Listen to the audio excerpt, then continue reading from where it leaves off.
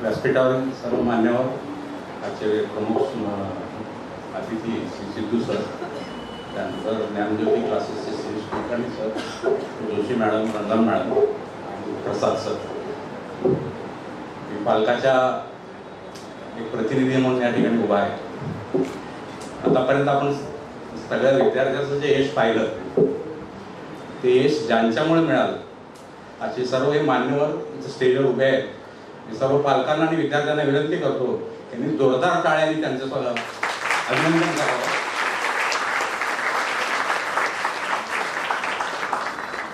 आतापर्यंत त्यांनी आपलं सत्कार आयोजित केलेलं आहे, परंतु आपण आपल्या सर्वांच्या वतीनं आपण त्यांचं अभिनंदन करूया.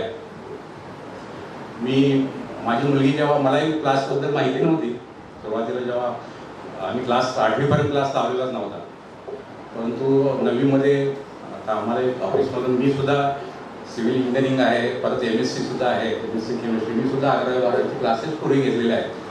त्यामुळे मला हा धडी घेण्याचा अनुभव होता, परंतु मला वेळ मिळत नसल्यामुळे आणि माझी मिसेस सुद्धा MA असल्यामुळे ती घरी अभ्यास घ्यायची, परंतु तसा वेळ मिळत नव्हता आणि प्रॉपर त्याला म्हणजे नवीन अभ्यासक्रम पद्धतीनं क्लास कसा घ्यावा किंवा त्यातल्या कृत्या वगैरे ज्या असतात त्याच्यासाठी ट्युशनची गरज भासू लागली. त्यामुळे आम्ही 9वीमध्ये त्याला क्लास लावला. आम्ही अशा एखाद्या कोल्हापूरमध्ये असलेल्या क्लासबाबत शोधात होतो. पूर्वी माझा मुलगाही होता, त्यालाही आम्ही क्लास लावलं होतं, परंतु तसा आम्हाला काही त्याचा अनुभव एवढा हे आलेला नव्हता. माझा मुलगाही पूर्वी हरिबाईमधून पहिला आलेला होता, तो MBBS झाला आता गव्हर्नमेंट कॉलेजमधून. परंतु हिच्याबाबत आम्हाला क्लासबाबत आम्ही जेव्हा माहिती घेत होतो तेव्हा एक माझी मिसेसची एक मैत्रीण होती, कट्टी मॅडम, त्यांनी श्री कुलकर्णींचा रेफरन्स दिला आणि आम्ही कुलकर्णी सरांच्या भेटून त्या क्लासमध्ये जॉईन झालो. जेव्हा क्लासचं वातावरण पाहिलं, आता पूर्वी आमच्या पिढीला जसं पूर्वी शाळा वगैरे असायची तशी शाळा म्हणजे हा क्लास होता. शिरीष कुलकर्णींचा एवढा रुबाब होता, एवढा धरारा होता की अनेक मुलं त्यांच्यासमोर उभा राहत नव्हती. माझी मुलगी सुद्धा कित्येक दिवस त्यांच्या पुढे जात नव्हती, म्हणजे इतका त्यांचा दरारा होता. अतिशय तळमळीनं ते क्लास घ्यायचे. एकदा तर काय झालं, माझ्या मुलीचं एक पुस्तक वर्गात राहिलं होतं आणि आम्ही गावी गेलो होतो, तर शिरीष कुलकर्णी स्वतः, घर त्यांना माहीत नव्हतं माझं, पण ते फोन, माझे एक साडू त्यांचे मित्र आहे मंगळूरकर म्हणून, तर त्यांनी त्यांना फोन केला आणि माझ्या घरचा पत्ता विचारला आणि स्वतः ते गाडीवर माझ्या घरी ते पुस्तक देण्यासाठी आले, कारण दुसऱ्या दिवशी टेस्ट होती त्या दिवशी. तर असे तळमळीनं सेवा, शिक्षण देणारे, अनुभव देणारे असे शिक्षक या क्लासमध्ये आहेत. पूर्वी आपण सगळं जुने जे पालक आहेत त्यांना माहीत आहे की आपले शिक्षक कसे होते. आपल्या शिक्षकापुढे आम्ही उभारत नव्हतो, इतका त्यांचा दरारा होता आणि ती पद्धत योग्य होती असं मला वाटतं. आजच्या आपण स्वातंत्र्य दिले, मुलांना स्वातंत्र्य दिले, पालक आणि मुलांमध्ये संवाद हा वाढला आहे, परंतु कुठंतरी आपल्याला जाणवतंय की ती पद्धत खरीच योग्य होती. कारण आता जो स्वैराचार किंवा जो हे वाढलेला आहे त्याचं कारण हे एकमेकात पालक आणि शिक्षक आणि विद्यार्थी यांच्यातल्या संबंधावर कुठंतरी आहे असं वाटायला लागतं. त्यामुळं या क्लासमध्ये जे जाणवलं मला, तरी कुलकर्णी सर असतील किंवा रंगम मॅडम असतील किंवा जोशी मॅडम किंवा प्रसाद सर असतील, हे प्रत्येक क्लासच्या व्यतिरिक्त इतर वेळेत सुद्धा अतिशय तळमळीनं प्रत्येक गोष्ट विद्यार्थ्यांना 24 तास ते अवेलेबल राहायचे.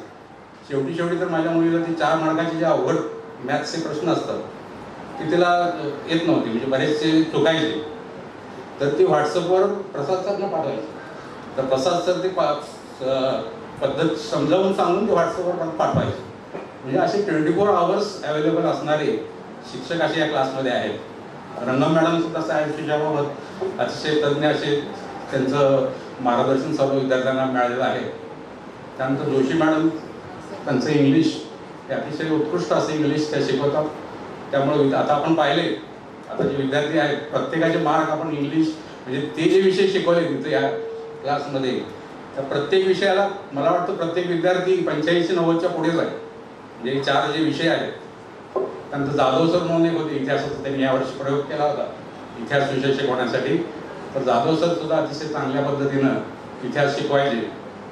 आता परवा मी जाधव सरांशी कॉन्टॅक्ट केला, माझ्या मुलीला 91 मार्क होते इतिहासामध्ये आणि समाजशास्त्रामध्ये. तर तिला खात्री होती की मला निश्चितपणे 98 वगैरे मार्क पडणार, म्हणून आम्ही रिव्हॅल्युएशन केलं आणि जाधव सरांना आम्ही पाठवलं होतं. ती उत्तरपत्रिका मागवली, जाधव सरांनी पाठवलं, आमच्या शाळेतही ती तपासली गेली आणि 7 मार्क तिचे वाढले रिव्हॅल्युएशनमध्ये. तर हे श्रेय सगळं त्या क्लासच्या शिक्षकांचं आहे. नुसते पैसे घेऊन आपलं काम करणं असं या क्लासचा उद्देश नाही, तर अतिशय तळमळीनं आणि विद्यार्थी कसा, त्याची प्रगती कशी होईल, प्रत्येक विषयात तो पुढे कसा जाईल हे पाहण्याचं काम क्लास निश्चितपणे करत आहे. शिरीष कुलकर्णी सर तर दरवेळी जेव्हा पालक सभा घ्यायची तेव्हा ते पालकाला सुद्धा उभं करायचे विद्यार्थ्याबरोबर. त्यामुळं पालकामध्ये सुद्धा एक दरारा होता. पालक सुद्धा विद्यार्थ्यावर नीट लक्ष द्यायचं, कारण बरेच पालक आपल्या ऑफिसच्या कामात असतील किंवा त्यांच्या वैयक्तिक कामामुळे असतील, एवढं ते लक्ष देत नव्हतं. पण पालकांचं सुद्धा विचार मंथन किंवा त्यांना घडवण्याचं काम पालक सभेमध्ये व्हायचं. तर अतिशय असं उत्कृष्ट असं हे क्लास आहे आणि त्याचंच हे जे यश मिळालेलं आहे त्याचंच हे फलित स्वरूप आहे असं मी मानतो. तर ज्ञान ज्योतीच्या सर्व शिक्षकांना मी पालकांच्या वतीनं सर्वांच्या वतीनं धन्यवाद व्यक्त करतो. आदरणीय व्यासपीठावर बसलेले सर्व मान्यवर गुरुजन वर्ग आणि समोर बसलेले माझे पालक बंधू भगिनींनो आणि आज खऱ्या अर्थाने सत्कारमूर्ती असलेले विद्यार्थी मित्रमैत्रिणींनो, आज खरं म्हणजे तुमचा कौतुक सोहळा इथं आयोजित करण्यात आला आणि तो पाहण्याचं सौभाग्य आम्हा पालकांना मिळालं हे आमचं आम्ही भाग्य समजतो. कारण ज्ञानज्योती क्लास हा आमच्यासाठी नवीन नव्हता. अगोदर माझी मुलगी पण इथं शिकत होती आणि विशेष आभार मानावेत ते म्हणजे आमचे सर्वांचे लाडके म्हणता येतील पण दरारा असणारे शिरीष कुलकर्णी सर. कारण शिरीष कुलकर्णी सरांचा तास आहे, परत उठतो की नाही लवकर असं म्हटल्या उशीर तो असा धावत पळत, त्याला समजतच नव्हतं इकडं तिकडं काय बघावं काय करावं, असा तो पळत सुटायचा. आणि सरांमुळंच खरं सांगते की माझ्या मुलाला, ज्याला मी आता घरात पण ऑक्टोपस म्हणते, अतिशय चंचल आणि अवाढव्य असा पसरलेला, समुद्रामध्ये कसा पसरलेला ऑक्टोपस असतो ना, तो अगदी इथं शिस्तबद्ध झालेला आहे ह्या क्लासमुळे. आणि रंगम मॅडमचा लाडका असं मी म्हणेन का, कारण रंगम मॅडमला त्यांनी खूप त्रास दिलेला आहे. अतिशय प्रश्न विचारायचा आणि मी हे त्याला रंगम मॅडमकडे सुपूर्द केलेलं होतं. मी पण सायन्सच शिकवते पण तो इतके प्रश्न विचारायचा आणि मी म्हणायची जा ना रंगम मॅडमला विचार सगळं काय ते तुझ्या मनामध्ये जे काही आहे. अक्षरशः मॅडमला त्यांनी भंडावून सोडलं होतं आणि मी असा सुटकेशा म्हणजे निश्वास सोडायची की बरं झालं तो जातो ट्युशनमध्ये, रंगम मॅडमला त्रास देतो, जाऊ दे म्हणायची. म्हणजे इतका तो त्रास द्यायचा, मला सारखा प्रश्न विचारून परेशान करायचा. आणि तेवढाच तो घरामध्ये पण मला त्रास द्यायचा. आणि त्याचबरोबर इंग्लिशच्या मॅडमना प्रश्न विचारणे, शिल्पा मॅडम पण खूप काही म्हणजे शेवटी मला पण त्यांनी खूप सपोर्ट केलेला आहे. अक्षरशः मी सकाळी 8 वाजता त्यांच्याकडे पेपर चेकिंगला घेऊन जायचे, तेव्हा त्या कुठून लांबून येऊन पेपर वगैरे त्यांनी चेक करून दिलेले आहेत. शिरीष सरांसोबत माझं काही जास्त बोलणं झालेलं नव्हतं. माझी मुलगी मला वाटतंय 2019ला सरांकडे होती आणि सरांच्या धाकामुळे त्यावेळेला त्यांनी तो क्लासच सोडून म्हणजे दिला. इतका धाक होता आणि तो मला आवडायचा. खरं म्हणजे मनातून सांगते मी, परत सरांना मी म्हणजे सरांचे आभार मानते. आणि त्याचबरोबर गोखले मॅडम, तो म्हणायचा मम्मी पाठांतर नाही झालं तर मॅडम अशा बुक्क्या देतात, म्हणजे बुक्क्या मारतात असं म्हणायचा आणि तो पाठ करायला बसायचा. खूप म्हणजे शेवटी त्यांनी खूप कष्ट पण केलेला आहे आणि त्रास पण दिलेला आहे. आणि विशेष म्हणजे पुजारी सरांना पण खूप त्रास दिलेला आहे. मी पण दिला आणि परांनी पण दिलेला आहे. तर त्यांनी पण आम्हाला वेळोवेळी कोऑपरेट केलेला आहे. त्याचबरोबर मी विशेष आभार मानते प्रसाद सरांचे, कारण त्यांनी पण खूप म्हणजे लळा लावलेला होता गणितामध्ये, त्यालाही ते आवडू लागलं. बेस्ट ऑफ 5 मध्ये आम्ही विशेष म्हणजे इतिहास भूगोल पकडलं होतं, पण शेवटी त्यांनी गणितात चांगले मार्क घेतला आणि बेस्ट ऑफ 5 मध्ये तो आला, गणिताला म्हणजे पकडलं गेलं. आणि त्याचबरोबर आपले आदरणीय गुरुजन वर्गांचं मी सगळ्यांच्या समोर परत एकदा कौतुक करते की खरंच म्हणजे ज्ञानज्योती क्लास मी 8वीपासून का जॉईन नाही केला, म्हणजे इयत्ता 9वीपासून मी त्याला इथं टाकलेलं होतं. त्याच्या अगोदर मला वाटायचं की तो माझ्या क्लासमध्ये शिकेल, पण तसं नाही झालं, तो सरळ झाला. म्हणूनच मी त्याला परत परत म्हणते ऑक्टोपस आहेस तू माझा आणि तू तिथे गेल्यावरच सरळ झालेला आहेस. तर परत मी सर्वांचेच मनापासून आभार मानते. आणि सगळेच शिक्षक म्हणजे खूप कोऑपरेटिव्ह नेचरचे आहेत. हे मला शेवटी अगदी 2-3 महिन्यामध्ये मॅडमनी तर अक्षरशः म्हणजे मी म्हणायची मॅडमला, मॅडम कसं करायचं, हा अभ्यास करत नाही. रंगम मॅडम म्हणायच्या, रंगम मॅडम मला दिलासा द्यायच्या की नाही सगळं व्यवस्थित होईल मॅडम, तो करेल. बऱ्याच वेळेला तो रंगम मॅडमच्या शिव्या पण खाल्लेला आहे. आणि रंगम मॅडम म्हणतील ते पूर्व, मम्मी तू काही सांगायचं नाही, रंगम मॅडम जे सांगतील ते मी करणार असं म्हणायचं. एकदा मॅडमनी सांगितलं होतं पहाटे 4ला उठ, तर तो सगळ्यांना धारेवर धरला आणि पहाटे 4ला सगळ्यांनी म्हणजे उठायचं आणि मला उठवायचं. मी नाही उठलो तर. आणि मला आणखी आठवतं की शिरीष सरांनी सांगितलं होतं एकदा आपल्याला की मुलं ह्या वेळेस ऐकत नसतात, ह्या वयामध्ये त्यांना लाता घालूनच त्यांना सगळं शिकवावं लागतं. तर हा जो प्रसंग आहे तो मी नक्की डोक्यात ठेवला आणि त्याला प्रेमाने बोलणं बंद केलं. तेव्हापासून बाळा उठ रे म्हणायची, उठतो की नाही तू, नाही तर जाते बघ सरांकडे म्हणायची. म्हणजे रोज असा प्रसंग रोज घडणार आणि रोज मी सरांची आणि मॅडमची आठवण करून देणार. मॅडम पण शेवटी त्यांना बेंचवरती मागे थांबायला सांगत होत्या, म्हणजे उशिरा आल्यानंतर. तो पण धाकटेने घेतलेला होता. बऱ्याचशा गोष्टी अशा सांगायच्या आहेत मला, पण मॅडमनी काल म्हटलेलं, मॅडम फक्त 1च मिनिट तुमच्याकडे आहे हां. आणि मी जात्याची म्हणजे शिक्षकच आहे, त्यामुळं मला इथं अर्धा तास जरी बोल म्हटलं तरी मी बोलेन, पण मॅडमचा धाक जो आहे 1 मिनिट बोलण्याचा, त्यामुळं मी आता हे माझं बोलणं संपवते. आणि परत एकदा तुम्हा सर्वांचे आभार मानून आणि हा कौतुक सोहळा इथं अरेंज केला आणि आम्हाला आमच्या मुलांचं कौतुक पाहायला इथं मिळालं, याबद्दल मी आपल्या ज्ञानज्योती क्लासेसचे मनापासून आभार मानते. आणि सगळ्यांना सांगते की ज्ञानज्योती क्लासेस तुम्ही अटेंड करा. खरंच तिथं आपले शिक्षक खूपच म्हणजे मनापासून काम करणारे आहेत. आणि गोखले मॅडमला पण सर मॅडम तुम्ही सांगा की आम्ही मनापासून त्यांची आठवण केलेली आहे. धन्यवाद. जय हिंद, जय महाराष्ट्र. एकदम छान. काही विद्यार्थी उशिरा आलेले आहेत. मयूर फुलारी एक लक्षात आलेलं आहे. अजून कोणी आलंय का नंतर?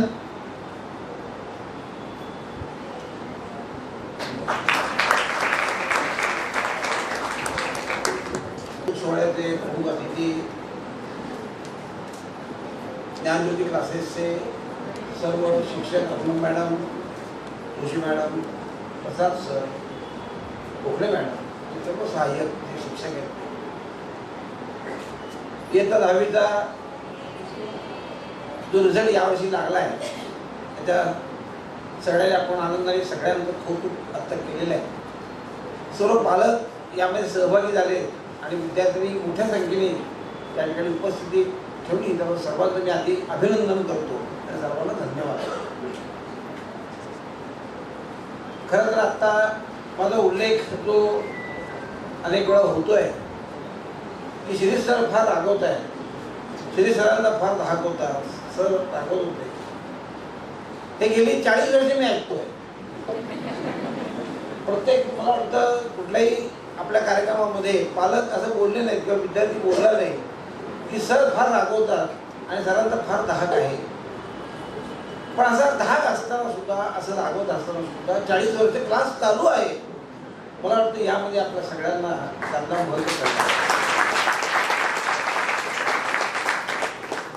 कारण रागवण्याचा हेतू हा सगळ्या विद्यार्थ्यांना, पालकांना जेव्हा करतो आणि त्याचं परिवर्तन जे दिसतं विद्यार्थ्यांना, त्यातून जो बदल झालेला दिसतो पालकांना, तेव्हा ही गोष्ट सातत्याने हे पुढे परकोरेट होते.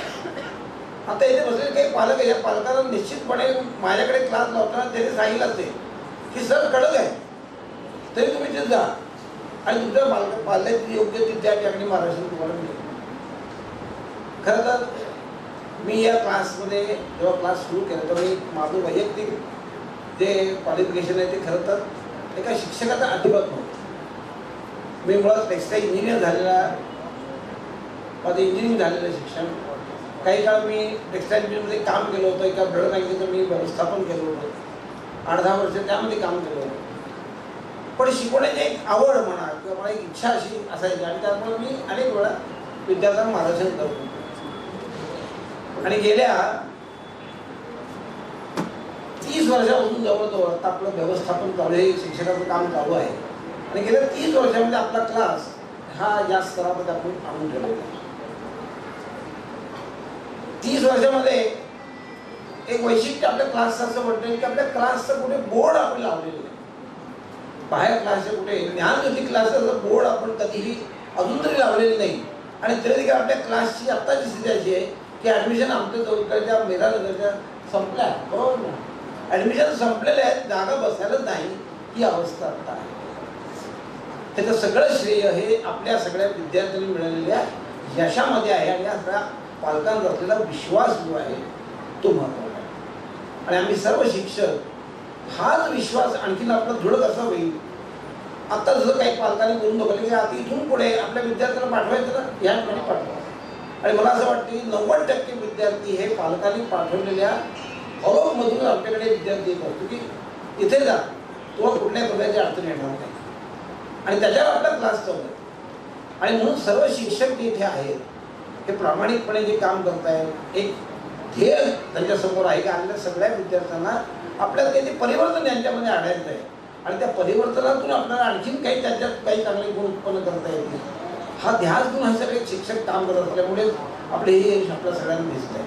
आणि म्हणून आपण सर्व विद्यार्थ्यांनी, विशेषतः पालकांनी हा जो विश्वास आपल्या क्लासवर व्यक्त केला आहे, आपल्या सगळ्या शिक्षकांच्या कामावर जो विश्वास व्यक्त केला आहे, त्याबद्दल पुन्हा एकदा सर्वांना धन्यवाद मानतो. आणि ही जी एक महत्त्वाची गोष्ट आहे की जीवनामध्ये कुठेतरी ॲन्सरेबल बनवलं पाहिजे विद्यार्थ्यांना, की मी कोणातरी उत्तर देण्याचे योग्य झालं पाहिजे. कारण तुम्ही कंपनीत काम करा, शिक्षक म्हणून काम करा, डॉक्टर म्हणून काम करा, इंजिनियर म्हणून काम करा, तुम्हाला कोणीतरी विचारणार आहे की तुमचं काम नीट झालं आहे की नाही. आणि म्हणून विद्यार्थ्याला आम्ही काय बनवतो, तू विद्यार्थी आहेस ना, मग केलाय का अभ्यास, तू उठलास का वेळ, जातोस का शाळेला, किती अभ्यास करायला पाहिजे, किती मार्क मिळवायला ठरवलं, हे सगळं त्याला ॲन्सरेबल बनवण्यामध्ये.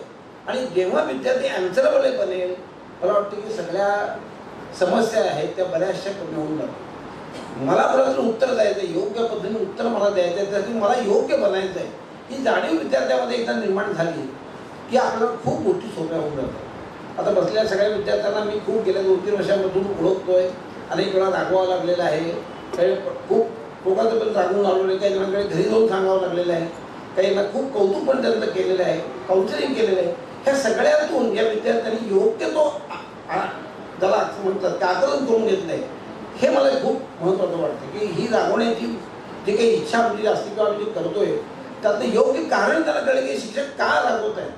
आणि मला असं वाटतं की अशी रागवणारी माणसं पुढच्या काळामध्ये खूप कमी असणार आहे. तुमच्यासाठी कोणी रागवावं असं कुणाला फार वाटत नसतं, कोणी विचाराशिवाय आपल्याला येणार नाही. आणि म्हणून आपल्यावर रागवणारे, मग आपले मित्र असतील, आपले आईवडील असतील, आपले नातेवाईक असतील, तर रागवतात कोणावर, ज्याच्याबद्दल काळजी असते त्याच्याकडे आपण रागवत असतो. आणि म्हणून सगळे शिक्षक जेव्हा रागवत आहेत एखाद्या कारणासाठी, ती भावना सगळ्या विद्यार्थ्यांनी आयुष्यभर लक्षात ठेवली पाहिजे की आपल्याला कुठे रागवतोय म्हणजे आपल्या हिताचं त्याच्याबद्दल काही त्याच्या मनामध्ये आहे, म्हणून तो आपल्याला रागवतोय. आणि ही भावना आपण मनात ठेवून पुढे येणाऱ्या सर्व शिक्षकांना योग्य तो तुम्ही रिस्पॉन्स द्या, त्यांचाही आदर करा आणि त्या शिक्षकांकडून योग्य ते मार्गदर्शन घेऊन आणखीन आपलं आयुष्य अधिक प्रकारचं यशस्वी कसं होईल आणि अधिक चांगलं कसं होईल याचा सगळ्यांनी विचार करावा. धन्यवाद. आजचे आपले प्रमुख अतिथी श्री संजीव कुमार सेतुल सर यांना विनंती करतो की त्यांनी आम्हाला मार्गदर्शन करावं. सर्वप्रथम सर्व विद्यार्थी ज्यांना त्यांच्या अपेक्षेप्रमाणे मार्क मिळाले, ज्यांना त्यांच्या अपेक्षेपेक्षा जास्त मिळाले, ज्यांना अपेक्षेपेक्षा कमी मिळाले असतील, अशा सगळ्यांचे खूप खूप अभिनंदन. तुमच्या सगळ्यांचं खूप खूप कौतुक. नंतर दुसरं म्हणजे पालक सगळे की जे सतत आपल्या पाल्याच्या पाठीमागे उभे राहिले आणि क्लासेसमध्ये जे शिक्षक शिकवत आहेत त्यांची जी भूमिका आहे, त्यांचं रागवणं असेल किंवा त्यांचं फॉलोअप घेणं असेल, या सगळ्यावरती त्यांनी जो विश्वास ठेवून आपलं पाल्य त्यांच्याकडे सुपूर्द केलं, आपल्या सगळ्यांचंही खूप खूप कौतुक आणि अभिनंदन. आणि तिसरा घटक म्हणजे क्लासेसमधले आपले सगळे शिक्षक वृंद, ज्यांच्या सगळ्या मार्गदर्शनामुळे, ज्यांच्या कष्टामुळे आपल्या सगळ्यांना हे यश मिळालंय. आज आपण त्याचं कौतुक करतोय, साजरा करतोय. त्यामुळे त्या सर्व शिक्षकांचंही खूप खूप अभिनंदन आणि कौतुक. आता इथे मी उभा असताना माझी तिन्ही प्रकारची भूमिका आहे. म्हणजे एका अर्थाने मी शिरीष सरांचा, प्रसाद सरांचा विद्यार्थी पण आहे, कारण आम्ही ज्या एका संस्कारातनं, संघटनेतनं वाढलेलो आहोत, तिथे ज्यांच्याकडे बघून, ज्यांचं ऐकून आम्ही शिकतो, असे हे दोघेही माझे मार्गदर्शक आहेत. तसेच ज्यांनी मला शिकवलं असे कोर्टीकर सर, कृष्ण हायस्कूलचे शिक्षक, ते सुद्धा इथे उपस्थित आहेत. त्यामुळे एका विद्यार्थ्याच्या भूमिकेमध्ये इथे आहे, एक पालकाच्या भूमिकेमध्ये सुद्धा मी इथे आहे. कारण माझ्या दादाची मुलं, चारही मुलं ह्याच क्लासेसमध्ये होती. म्हणजे त्यातली माझी पुतणी जी आहे ती आज क्लास 1 ऑफिसर आहे पुणे महानगरपालिकेमध्ये. ती सरांची विद्यार्थिनी आहे. असं एक पालकाच्या भूमिकेत आहे आणि एका अर्थाने एक शिक्षक म्हणून, प्राध्यापक म्हणून सुद्धा आपल्या सगळ्यांसमोर मी उभा आज आहे. कार्यक्रमाचा क्रम मला खूप आवडला. सगळ्यात पहिल्यांदा जो महत्त्वाचा कार्यक्रम असतो तो म्हणजे बक्षीस देण्याचा, तो पहिल्यांदा उरकून घेतला. त्यामुळे विद्यार्थी निश्चित की हा, मला बक्षीस मिळालंय, आता ऐकायला मोकळं. नाहीतर आमच्याकडे प्राईज डिस्ट्रिब्युशन फंक्शन असते आमच्या कॉलेजमध्ये. तिथे प्रकार काय होतो की पहिल्यांदा त्या वक्त्याला, त्याचा जो कोणी बक्षीस देणारा प्रमुख कोण आहे, त्याला बोलायला लावतात. का तर बक्षीस घेतल्यानंतर मुलं काही थांबणार नाही, ते जाणार आहेत. पण सरांचा धाक पण आहे आणि तो विश्वास पण आहे की नाही, आमची मुलं ही ऐकणार आहेत, पालक हे ऐकणार आहेत आणि ते थांबणार आहेत. त्यामुळे त्यांनी आवर्जून आधी मुलांचा कौतुक सोहळा केला आणि नंतर मग वक्त्यांचं मार्गदर्शन हे ठेवलं. क्लासच्या बद्दल थोडंसं सांगायचं झालं तर काय, तर मगाशी एका विद्यार्थिनीने मनोगत व्यक्त करताना खूप छान कविता केली आणि त्या कवितेच्या शेवटी तिने म्हटलं की ज्ञानज्योती क्लासेसने आम्हाला विसरू नये. मी निश्चित सांगतो, सर कधीही विसरत नाहीत, अजिबात विसरत नाहीत ते. म्हणजे माझ्या पुतण्याला त्यांनी शिकवलं, त्यांना अजूनही ते आठवण काढतात. आत्ताच मी जेव्हा मैदानात आलो, माझा दादा इथेच बँकेतच होता. दादाला पहिल्यांदा भेटले आणि मग नंतर आम्ही इकडे सगळेजण आलो. त्यामुळे ते कधीच विसरणार नाहीत आपल्याला सगळ्यांना, हे ह्याच्याबद्दल निश्चिंत राहा. आणि एक कौटुंबिक वातावरण क्लासेसमध्ये, म्हणजे प्रोफेशनल क्लासेसमध्ये काय असतं हे मी खूप जवळून बघितलेलं आहे. म्हणजे जसं म्हटलं जातं सरांच्या बाबतीत की धाक खूप आहे, रागवतात, प्रसंगी मारतात, शिक्षा करतात. असं करणारे सुद्धा क्लासेस आहेत, पण ते ॲक्टिंग करतात. ॲक्टिंग म्हणजे काय, पालकांच्या समोर आम्ही किती शिस्तीत आहोत, आम्ही किती धाक दाखवतो असं दाखवतात. पण पालक एकदा गेले की मग पुन्हा पाल्याला गोंजारायचं, करायचं, त्याच्याच बाजूने राहायचं. पण ह्याच्याने खूप बिघडतं. म्हणजे मुलांमध्ये जी शिस्त यायला पाहिजे ती येत नाही आणि अपेक्षित जो निकाल यायला पाहिजे तो येत नाही. त्यामुळे एक प्रकारे हे बाहेरच्या क्लासेसमध्ये पालकांच्या विश्वासाचा एक तो विश्वासघात केल्यासारखा होतो. पण मी खूप जवळून पाहिलं, आपल्या इथे असं नाही आहे की आपल्या क्लासेसमध्ये अतिशय कौटुंबिक वातावरण आहे, जे पालकांचा धाक मुलांवरती राहायला पाहिजे कधी कधी ते राहत नाही. पण तो धाक एका अर्थाने शिक्षक इथे ह्या पाल्यांवरती ठेवतात. म्हणून खूप चांगल्या प्रकारचा निकाल पण देतात आणि एक चांगले नागरिक म्हणून हे विद्यार्थी घडताना पाहायला मिळतं. मी फक्त केवळ माझ्या घरातली उदाहरणं म्हणून म्हणत नाही, अनेक उदाहरणं मी बाहेरची पण पाहिलेली आहेत याच क्लासेसमधून घडलेली, की उत्तम नागरिक घडवण्याचं काम हे क्लासेस हे करत असतं. आता मूळ मुद्द्याकडे मी येतो. मी इथे उभा आहे एखाद्या कुठल्या करिअर गायडन्स किंवा करिअर मार्गदर्शक अशा अर्थाने मी इथे उभा नाही आहे. पण एकंदरीत प्रोफेशनल एज्युकेशन, खास करून इंजिनिअरिंगच्या क्षेत्रामध्ये शिकवण्याचा मी बरेच वर्षाचा माझा अनुभव आहे. आणि त्या अनुभवांनी ज्या गोष्टी थोड्याशा मी ऑब्झर्व केल्या, ज्या पाहिल्या, आणि त्यातनं मला जे वाटलं की तुमच्याशी हे संवाद साधावं, त्या अर्थाने मी इथं उभा आहे. निकाल कधी कधी अपेक्षित आपला असतो नसतो, पण ह्याच्यामुळे कुठेही खचून जाऊ नका, ह्याच्या कुठेही नकारात्मक विचार करू नका. सकारात्मक पद्धतीने ह्याचा विचार करून पुढचं आपलं जे काही मार्गक्रमण करायचं ते ठरवा. आता मार्गक्रमण पुढचा जो करायचं 10वी नंतर काय, तर बऱ्याच वाटा इथनं मोकळ्या होतात. आणि हे होत असताना मग निर्णय कसा घ्यावा काय म्हणजे विचार करावा, कशा पद्धतीने पुढच्या करिअरचं मार्गदर्शन किंवा विचार कसा करावा, हे करत असताना एक मला महाभारतातला एक श्लोक आठवतो. श्लोक असा आहे, तो म्हणजे युधिष्ठिर आणि भीमामधला तो संवाद आहे. युधिष्ठिर त्यावेळी भीमाला सांगतो, सुमंत्रिते सुविक्रांते सुकृते सुविचारिते सिद्ध्यंतर्था महाबाहो दैवम चात्र प्रदक्षिणम. इथे 4 गोष्टी युधिष्ठिर भीमाला सांगतो की कुठलीही कृती करण्याच्या आधी तुम्ही काय करा, तर सुमंत्रिते म्हणजे काय, सगळ्यांसोबत योग्य चर्चा करा आणि चर्चा करून कुठलं पॉझिटिव्ह कुठलं निगेटिव्ह काय करायचंय याचा नेमका सगळ्यांसोबत विचार करता. म्हणजे आपण एकट्याने निर्णय घ्यायचा नाही. आपण आपली परिस्थिती, आपलं बॅकग्राऊंड, आपल्या घरची काय आहे, आपल्याला मिळणारं पुढे काय असणार आहे, ह्या सगळ्याचा विचार करून सामूहिक पद्धतीने निर्णय घ्या. याच्यासाठी एक उत्तम उदाहरण मी माझ्याच घरचं ठेवतो. मी काही खूप अशा आर्थिक संपन्नता असलेल्या अशा बॅकग्राऊंडमधून नव्हतो. माझे वडील आणि शिरीष सर एकाच मिलमध्ये काम करत होते. मिल बंद पडली आणि माझी आई विड्या वळण्याचं काम करायची आणि विडी वळणाऱ्या कामगारांच्या विद्यार्थ्यांना म्हणजे पाल्यांना शिष्यवृत्ती मिळते. या शिष्यवृत्तीमधनं आमचं शिक्षण पूर्ण झालं आणि आम्ही पुढे शिकत गेलो. माझा भाऊ जो आहे, माझा दादा 12वीला तो इथे शिवाजी नाईट कॉलेजला होता आणि त्यांनी MLT मध्ये शिक्षण घेतलं आणि MLTचा कोर्स करताना तो SBC कॅटेगरीतनं महाराष्ट्रात 3रा क्रमांकावरती पास झाला होता आणि त्यानंतर त्यांनी BSCचं शिक्षण दयानंद कॉलेजमध्ये मायक्रोबायोलॉजीमध्ये पूर्ण केलं. पण हे सगळं करत असताना आमची घरची परिस्थिती इतकी हलाखीची होती की BSCचं शिक्षण त्यांनी एकट्याने पूर्ण करावं असं परिस्थिती नव्हती. बाबांनी सांगितलं की तुला काम करत करत शिकावं लागेल आणि किंबहुना 10वीला खूप चांगले मार्क असून सुद्धा त्याला सायन्स साईडला कुठल्या तरी चांगल्या कोर्सला न टाकता त्यांनी MCVCचा कोर्स करायला लावला. कारण का, घरची परिस्थिती अशी आहे की 2 वर्ष शिकू शकतो, त्याच्यानंतर त्याचं त्यांनी काम करायला पाहिजे. आणि त्यांनी MCVCचं शिक्षण पूर्ण केलं आणि एका मेडिकल लॅबमध्ये तो कामाला जायला लागला आणि BSCचं शिक्षण पूर्ण केलं. BSCचं पूर्ण शिक्षण करत असताना त्यांनी खूप मेहनत घेतली.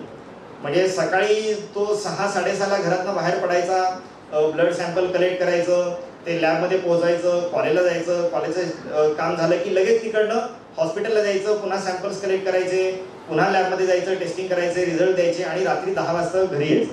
असं सगळं त्यांनी केलं आणि त्यातनं शिक्षण करता करता त्यांनी BSc सुद्धा खूप चांगल्या मार्काने पूर्ण केलं.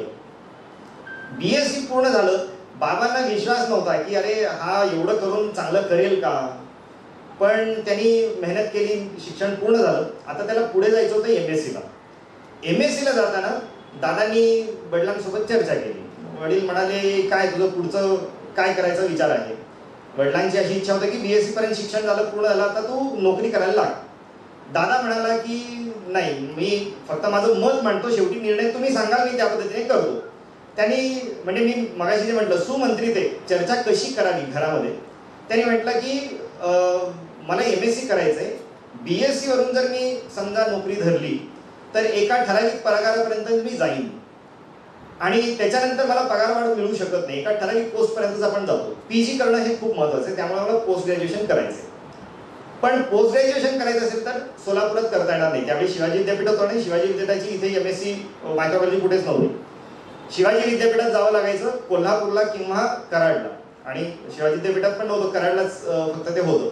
तर मी कराडला जाऊन मला शिक्षण घ्यावं लागेल आणि MSc करताना मला नोकरी करता येणार नाही. त्यामुळे पुढची 2 वर्ष मला शिक्षण घ्यायचं असेल तर तुम्हाला मला पैसे द्यावे लागतील, मी काही करू शकणार नाही. ही पहिली अट त्यांनी सांगितली. दुसरी अट त्यांनी सांगितली की बाबांचं माझं मत असं होतं की मुलांनी पुढे त्यांचं करिअर करताना सुद्धा ते सोलापुरात राहून करायला पाहिजे. दादांनी क्लिअर सांगितलं की मी MSc केल्यानंतर मी पुण्यात म्हणजे मी सोलापुरात थांबूच शकत नाही, कारण MSc मायक्रोबायोलॉजी झाल्यानंतर सोलापुरात कुठेही संधी नाही आहे, त्यामुळे मला बाहेर जावं लागणार. आणि आत्ता जर मी बाहेर पडलो तर पुन्हा मी सोलापुरात फक्त काही कार्यक्रमांपुरतं उत्सवाला एवढाच येईल, बाकी मी घर मात्र मला सोडावं लागेल. हे 2 कंडिशन तुम्हाला मान्य असतील तर मला MScला पाठवा. हां, MSc झाल्यानंतर मी लगेच नोकरी धरेन आणि मी आर्थिक कमाई करेन. आणि बराच विचार झाला आणि मग बाबांनी होकार दिला की ठीक आहे. आणि दादा 2 वर्षासाठी कराडला गेला आणि त्याच्यानंतर मग त्याचं पुढचं मार्गक्रमण सुरू झालं. आणि आज तो कुठे आहे तर सिरम इन्स्टिट्यूटला आहे. तो सिनियर मॅनेजरच्या पोस्टवरती तो काम करतोय, खूप मोठ्या पोस्टवरती आहे. आपण सगळेजण कोविडच्या दरम्यान जे कोविशिल्ड घेतलं, ते कोविशिल्ड त्याच्या हाताखाली हे सगळं तयार झालेलं, हे मला अभिमानाने सांगता येतं. पण ह्या सगळ्याच्या पाठीमागे कारण काय होतं तर घरात नेमकी चर्चा ही घडायला पाहिजे. आपण बऱ्याचदा काय होतं की पालकांचा आणि विद्यार्थ्यांचा संवाद हा नीट होत नाही.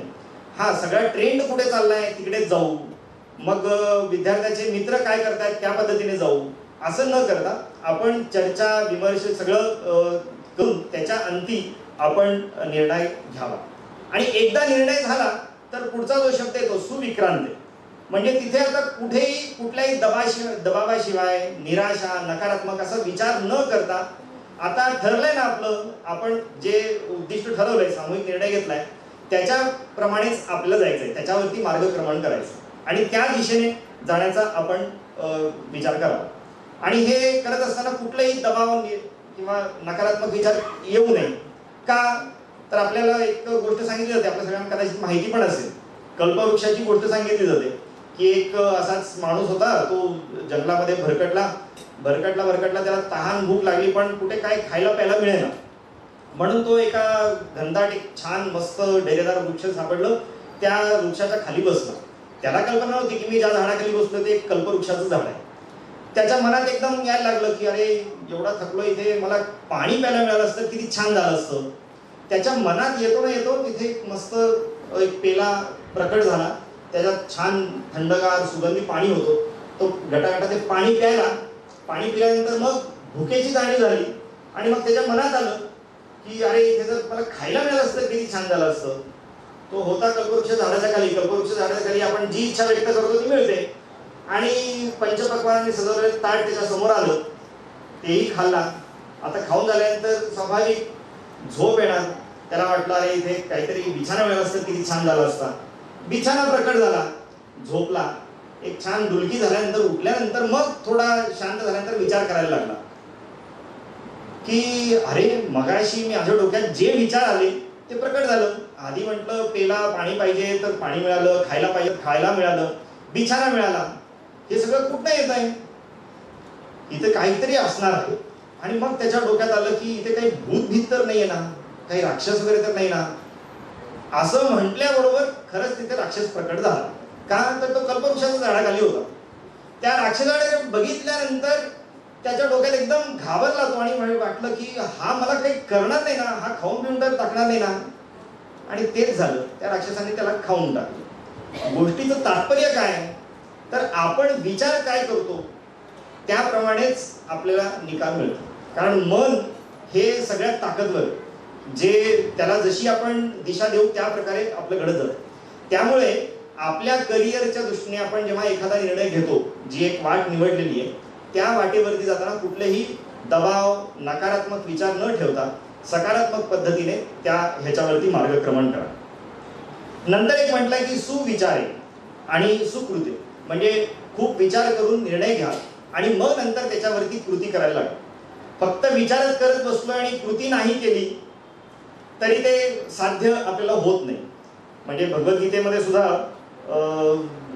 एक कृष्ण अर्जुन संवादामध्ये कृष्ण सांगतो अर्जुनाला की कुठल्याही, म्हणजे तिथे संदर्भ वेगळा आहे थोडासा, की साधकाला जर समजा मोक्ष प्राप्ती वगैरे करायची असेल तर काय गरजेचं असतं, कुठल्या गोष्टींची आवश्यकता असते. आणि हे जरा मी विचार केला की प्रोफेशनलमध्ये ह्या श्लोकाचा काही अर्थ निघतो का तर खूप चांगला अर्थ निघतो. श्लोक असा आहे की अधिष्ठानम तथा कर्ता कर्णंच पृथक्विदम विविधाश्च पृथक चेष्टा दैवम चैवात्र पंचमम. म्हणजे कुठलीही गोष्ट जर आपल्याला साध्य करायची असेल तर 5 गोष्टींची आवश्यकता असते. पहिलं असतं ते म्हणजे अधिष्ठान. आपण आपल्या प्रोफेशनल ह्याच्यामध्ये अर्थ घेऊ. अधिष्ठान म्हणजे काय, ध्येय किंवा गोल ज्याला आपण म्हणू, की ते आपलं शुद्ध असायला पाहिजे, ते पक्क असायला पाहिजे, त्याच्यावरती ढळता कामा नये. ते आपलं लक्ष जे आहे ते आपण पक्क करावं. नंतर कर्ता.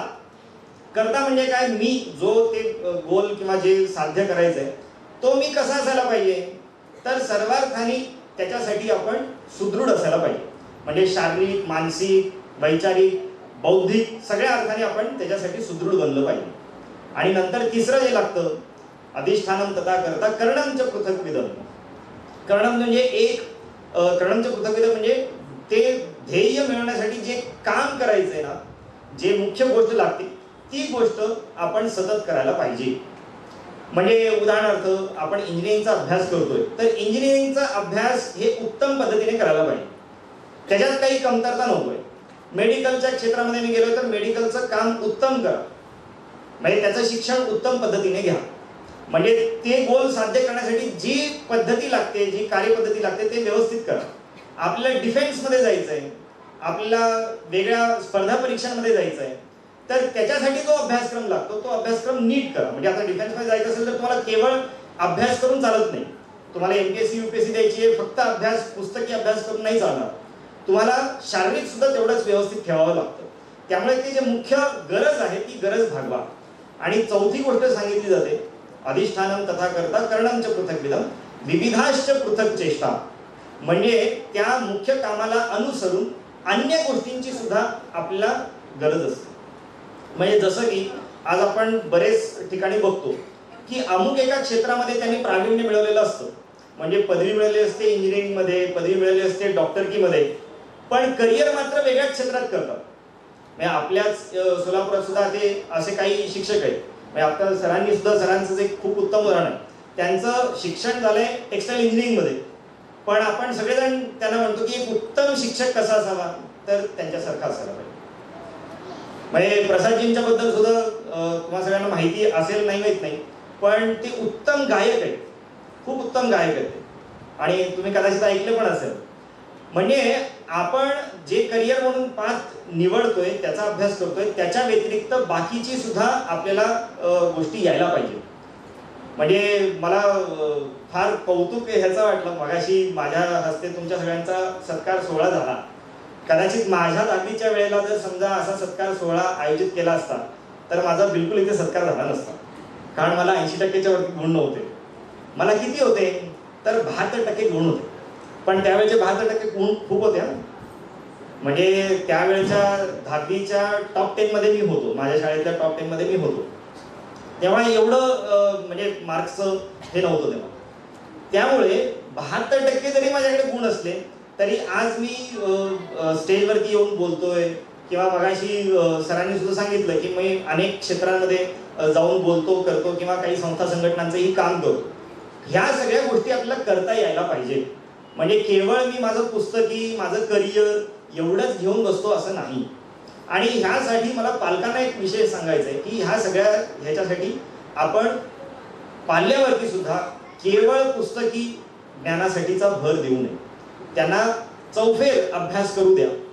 हा, पण हे करत असताना एक आत्ताच्या जनरेशनमध्ये खूप सांभाळून राहावं लागतं, कारण तुमच्याकडे एक सोशल मीडिया नावाचं एक दुधारी शस्त्र आहे. म्हणजे त्याचा इतका चांगला वापर जसा करता येतो इतकं तेवढं वाईट सुद्धा त्याच्याकडनं घडतं. आणि हल्ली तर आता अजून नवीन पण आलेलं आहे AI. तुमच्याकडे सगळं ChatGPTचं तंत्रज्ञान आहे. त्या ChatGPTला तर तुम्ही काही विचारा, तुम्हाला सगळी माहिती देतो. माहिती प्रचंड प्रमाणात तुम्हाला उपलब्ध आहे, पण त्याचा वापर तुम्ही कसा करणार याच्याकडे तुमचं कौशल्य असलं पाहिजे. त्यामुळे या सगळ्या दृष्टीने तुम्ही जरा विचार करा. आता आम्ही आमच्या इंजिनिअरिंग कॉलेजमध्ये शिकवताना सुद्धा आम्ही पाहतो की जेव्हा लास्ट इयरला मुलं येतात आणि जेव्हा कॅम्पस रिक्रुटमेंट असते, कॅम्पस रिक्रुटमेंटला मुलांकडनं काय अपेक्षा व्यक्त केल्या जातात की त्याचं उत्तम रिझल्ट असायला पाहिजे, कुठले बॅकलॉग असू नयेत, सगळ्या याच्यामध्ये चांगले मार्क आहेत का आहेत. आता तर काय झालंय, इंजिनिअरिंग कॉलेजमध्ये तुम्ही कुठल्याही कॉलेजला घ्या, चांगले मार्क मिळतात, काही प्रॉब्लेम नाही. हे झालं पहिलं. मग दुसरी क्रायटेरिया काय येते, त्यांनी शिक्षण घेत असताना अन्य काही सर्टिफिकेशन कोर्सेस केलेत का, मग ह्या गोष्टींकडे बघितलं जातं. आणि हाही ट्रेंड आता पालकांना लक्षात आलाय, विद्यार्थ्यांना लक्षात आलाय, त्यामुळे सर्टिफिकेशन कोर्सेस पण करतात. आता तिसरी एक गोष्ट जी बघितली जाते रिक्रुटमेंटच्या वेळेला की मुलगा काही वेगळं काही करतो का, म्हणजे अकॅडमिक सोडून तो अन्य काही गोष्टी करतोय का, स्वतःहून काही प्रोजेक्ट्स केलेत का, स्वतःहून काही कॉम्पिटिशन्समध्ये भाग घेतलेत का, तिथे त्यांनी काही रिप्रेझेंट केलंय का, स्वतःला, कॉलेजला किंवा विद्यापीठाला काही रिप्रेझेंट केलंय का, ह्या गोष्टीकडे सुद्धा कॅम्पस रिक्रुटमेंटच्या वेळेला भर दिला जातो. त्यामुळे केवळ आपण आपल्या पुस्तकी ज्ञानावरती विसंबून राहता ह्या चौथ्या गोष्टीकडे, विविधाश्च पृथक चेष्टा ज्याला म्हटलंय, याच्याकडे सुद्धा आपण लक्ष द्यावं. आणि हे जर सगळं केलं तर पाचवी गोष्ट जे कृष्ण सांगतात की दैव हे सुद्धा आपल्याला अनुकूल ठरतं. त्यामुळे ह्या दृष्टीने जर आपण सगळ्यांनी विचार केला तर आपल्याला यश नक्की मिळेल. आणि बराच वेळ आपल्याला झालेला आहे, त्यामुळे थोडंसं माझं आवर्त घेतो आणि तुम्हाला पुढच्या आयुष्यासाठी, तुमच्या पुढच्या सगळ्या करिअरसाठी आणि एक उत्तम नागरिक बनण्यासाठी तुम्हाला सगळ्यांना शुभेच्छा देतो. पुन्हा तुमच्या सगळ्यांचं, पालकांचं आणि शिक्षकांचं खूप खूप कौतुक आणि अभिनंदन. धन्यवाद. धन्यवाद सर. अजूनही खूप जणांना इच्छा होते पण आपल्याला वेळेकडेही बघावं लागतं. त्यामुळे आपण आता कार्यक्रमाच्या शेवटाकडे येऊया. आभार प्रदर्शन आपल्या जोशी मॅडम करणार आहे. तत्पूर्वी एक सूचना देतो की पसायदानानंतर हा कार्यक्रम झाला इथला सभागृहातला की त्यानंतर 10वीच्या विद्यार्थ्यांनी थांबायचं आहे. एक आपण सगळे मिळून एकत्र फोटो काढूया आणि 9वीच्या विद्यार्थ्यांनी सुद्धा थांबायचं. आज ज्यांना आपण बोलवलेलं आहे त्यांनी पण थांबायचं आहे. त्यानंतर आपणही परत एकत्र फोटो काढूया. आणि कार्यक्रम कधी संपणार आहे तर इथे पसायदान झालं की सगळ्यांनी खालच्या हॉलमध्ये जायचं आहे आणि तिथे एक छोटा कार्यक्रम आहे. तो झाल्यानंतर कार्यक्रम संपला असं होणार आहे. ते नंतर काय आहे ते गुपित ठेवायचं नको. उघड आहे गुपित ते. यानंतर मी जोशी मॅडमला इथे आभार व्यक्त करण्याची विनंती करतो. कौतुक सोहळा तुमचा होता, पण तुम्ही देखील आमचं सगळ्या शिक्षकांचं भरभरून कौतुक केलं, त्याबद्दल सगळ्यांचं धन्यवाद. आपल्या आजच्या कार्यक्रमाचे प्रमुख पाहुणे माननीय श्री संजीव कुमारजी सिद्धूल यांचे मनपूर्वक धन्यवाद. आपले प्रेरणादायी शब्द आणि मार्गदर्शन आम्हाला नक्कीच उपयोगी ठरेल अशी अपेक्षा. आजच्या कार्यक्रमासाठी उपस्थित गुणवान विद्यार्थी आणि त्यांचे गुणवान पालक, तसेच शिवस्मारक संस्था, छायाचित्रकार, श्री ज्ञानज्योती क्लासेसचा समस्त परिवार आणि ज्ञात अज्ञात सर्वांचेच मनपूर्वक आभार. धन्यवाद. आपण सगळे मिळून पसायदान म्हणूया आणि मग हा इथला कार्यक्रम संपेल. बसूया, बसूनच म्हणूया. मी सुरुवात करून देतो, आपण सगळे मिळून म्हणूया. आता विश्वात्मके देवे येणे वार्यज्ञे तोषावे, तोषो निमज द्यावे पसायदान हे.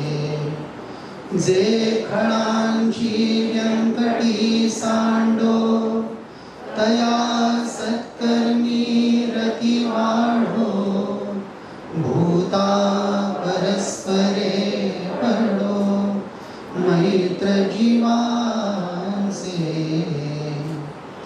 दुरितांचे तिमिर जावो, विश्वस्वधर्म सूर्ये पाहो.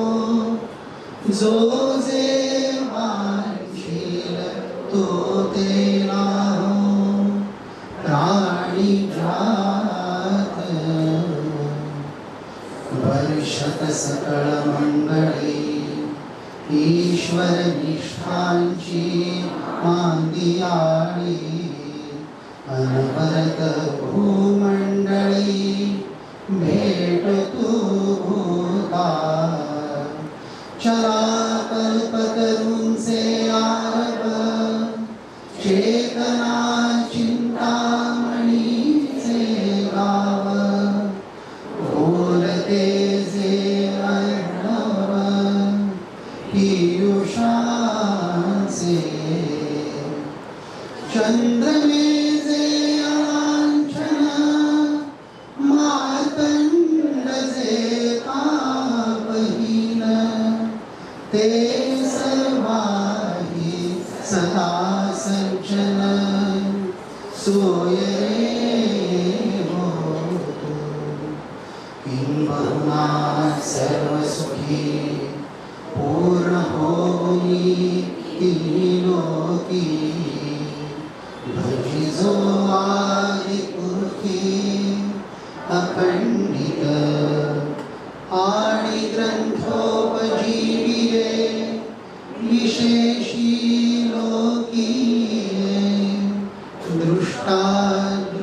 जय हो आवे जी येथ म्हणे श्री विश्वेश्वरा हा होईल दान फसावो येणे वरे ज्ञान देवो सुखी झाला.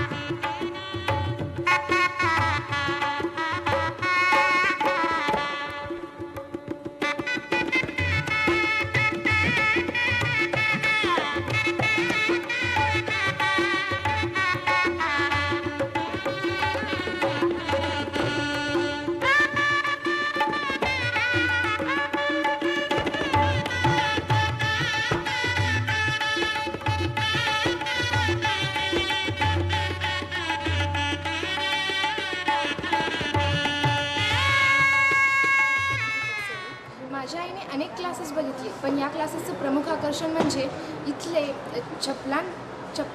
चपले ठेवण्यापासून ते शिकवण्यापर्यंत ही शिस्त ही ह्या क्लासेसचं प्रमुख आकर्षण. ह्या क्लासेसमध्ये सर्व शिक्षक अगदी आईवडिलांसारखे शिकवतात, आईवडिलांसारखे संस्कार देतात, आईवडिलांसारखे शिक्षण देतात.